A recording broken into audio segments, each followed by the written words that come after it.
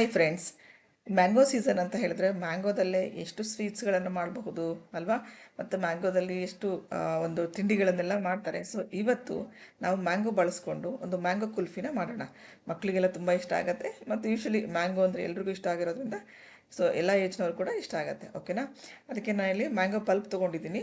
Mango pulp ಜೊತೆ 2 ರಿಂದ 3 table spoon ಆಗುವಷ್ಟು ಬಾದಾಮಿ ಪೌಡರ್ ಹಾಕೋತಾ ಇದ್ದೀನಿ. ಮತ್ತು ಅದೇ ಥರ 3 to 4 ಸ್ಪೂನ್ ಆಗುವಷ್ಟು ಶುಗರ್ ಕೂಡ ಆ್ಯಡ್ ಮಾಡ್ಕೊಂಡಿದ್ದೀನಿ. ಮತ್ತು ಒಂದು ಅರ್ಧ ಕಪ್ನಷ್ಟು ಮಿಲ್ಕ್ನ ಹಾಕ್ಕೊಂಡು ಇದನ್ನು ಮಿಕ್ಸಿ ಮಾಡ್ಕೊಳ್ಳೋಣ. ಓಕೆನಾ. ಸೊ ಕುಲ್ಫಿ ಬ್ಯಾಟರ್ ನೋಡಿ ಈ ರೀತಿಯಾಗಿ ರೆಡಿ ಆಗಿದೆ. ಈ ಕುಲ್ಫಿ ಬ್ಯಾಟರ್ಗೆ ನಾವೇನು ಹಾಲು ತೊಗೊಂಡಿರ್ತೀವಲ್ಲ, ಅರ್ಧ ಕಪ್ಪು ಅಂತ ಹೇಳ್ದಲ್ಲ, ಈಗ ಇನ್ನೂ ಅರ್ಧ ಕಪ್ ಹಾಲು ಮಿಕ್ಕಿರುತ್ತಲ್ಲ, ಆ ಅರ್ಧ ಕಪ್ ಹಾಲನ್ನ ಮಿಕ್ಸ್ ಮಾಡ್ಕೊಳ್ಳೋಣ. ಓಕೆನಾ. ಅದಕ್ಕಿಂತ ಮುಂಚೆ ನೋಡಿ ನಾನು ಕುಲ್ಫಿ ಕಪ್ಸ್ ತೊಗೊಂಡಿದ್ದೀನಿ.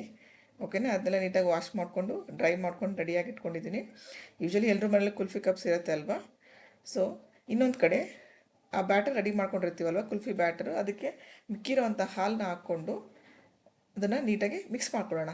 ನೋಡಿ ವೈಟ್ ಕಾಣ್ತಾ ಇದೆಯಲ್ಲ ಹಾಲಿಂದೆಲ್ಲ, ಅದೆಲ್ಲ ಎಲ್ಲೋ ಆಗಿ ಆಗಿರಬೇಕು. ಓಕೆನಾ. ಸೊ ಅಲ್ಲಿವರೆಗೂ ಸ್ವಲ್ಪ ಮಿಕ್ಸ್ ಮಾಡ್ಕೋಬೇಕು. ನೋಡಿ ಈ ರೀತಿಯಾಗಿ ಎಲ್ಲೋ ಇಶ್ ಕಲರ್ ಆಗುತ್ತೆ. ನೋಡಿ ನ್ಯಾಚುರಲ್ ಆಗಿರೋವಂಥ ಯೆಲ್ಲೋ ಕಲರ್ ಎಷ್ಟು ಬ್ರೈಟ್ ಆಗಿದೆ, ಎಷ್ಟು ಚೆನ್ನಾಗಿ ಕೂಡ ಕಾಣಿಸ್ತಾ ಇದೆ ಅಲ್ವಾ. ಸೊ ಇದು ನಮ್ಮ ಕುಲ್ಫಿ ಬ್ಯಾಟರ್ ಈಗ ರೆಡಿ ಆಗಿದೆ. ಅದನ್ನು ಕುಲ್ಫಿ ಕಪ್ಪಲ್ಲಿ ಹಾಕ್ಕೊಳ್ಳೋಣ. ಕುಲ್ಫಿ ಕಪ್ಪಲ್ಲಿ ಹಾಕ್ಕೊಂಡು ನಾವು ಫ್ರೀಝಲ್ಲಿ ಇಡಬೇಕು. ಓಕೆನಾ. ಅದೇ ಫೈನಲ್ ಆಗಿರೋವಂಥ ಪ್ರೋಸೆಸ್ ಇದಕ್ಕೆ. ನೋಡಿ ಈ ರೀತಿಯಾಗಿ ಎಲ್ಲ ಕುಲ್ಫಿ ಕಪ್ಸಲ್ಲೂ ಹಾಕ್ಕೊಂಡಿದ್ದೀನಿ. ಹಾಕ್ಕೊಂಡು ಈಗ ಈ ಎಲ್ಲ ಕುಲ್ಫಿ ಕಪ್ಸ್ಗಳನ್ನು ನಾವು ಫ್ರೀಝರಲ್ಲಿ ಇಡೋಣ. ಫ್ರೀಝರಲ್ಲಿ ಒಂದು 3 to 4 ಅವರ್ಸ್ ಫ್ರೀಝರಲ್ಲೇ ಇಡಬೇಕಾಗುತ್ತೆ ಫ್ರೆಂಡ್ಸ್. ಓಕೆನಾ. ಯಾಕಂದರೆ ಅದು ಚೆನ್ನಾಗಿ ಐಸ್ ಹಾಕಬೇಕಲ್ವ, ಐಸ್ ಕ್ರೀಮ್ ಥರ ಫೀಲ್ ಬರಬೇಕು ಅಂತ ಹೇಳಿದ್ರೆ ಒಂದು 3 to 4 ಅವರ್ಸ್ ಫ್ರೀಝರಲ್ಲಿ ಇಡಬೇಕು. ನೋಡಿ ಫ್ರೀಝರಲ್ಲಿ ಇಡ್ತಾ ಇದ್ದೀವಿ. ತುಂಬ ಚೆನ್ನಾಗಿರುತ್ತೆ, ತುಂಬ ಟೇಸ್ಟಿಯಾಗಿರುತ್ತೆ. ಹೊರಗಡೆ ತಂದು ತಿನ್ನೋದಕ್ಕಿಂತ ಈ ಥರ ಮನೇಲಿ ಮಾಡಿದ್ರೆ ತುಂಬ ಚೆನ್ನಾಗಿರುತ್ತೆ ಫ್ರೆಂಡ್. ನೋಡಿ ಫ್ರೆಂಡ್ಸ್, 3 to 4 ಅವರ್ಸ್ ಆದಮೇಲೆ ಫ್ರೀಝರಿಂದ ಹೊರಗೆ ತೆಗೆದಾದಮೇಲೆ ಈ ರೀತಿಯಾಗಿ ಆಗಿದೆ.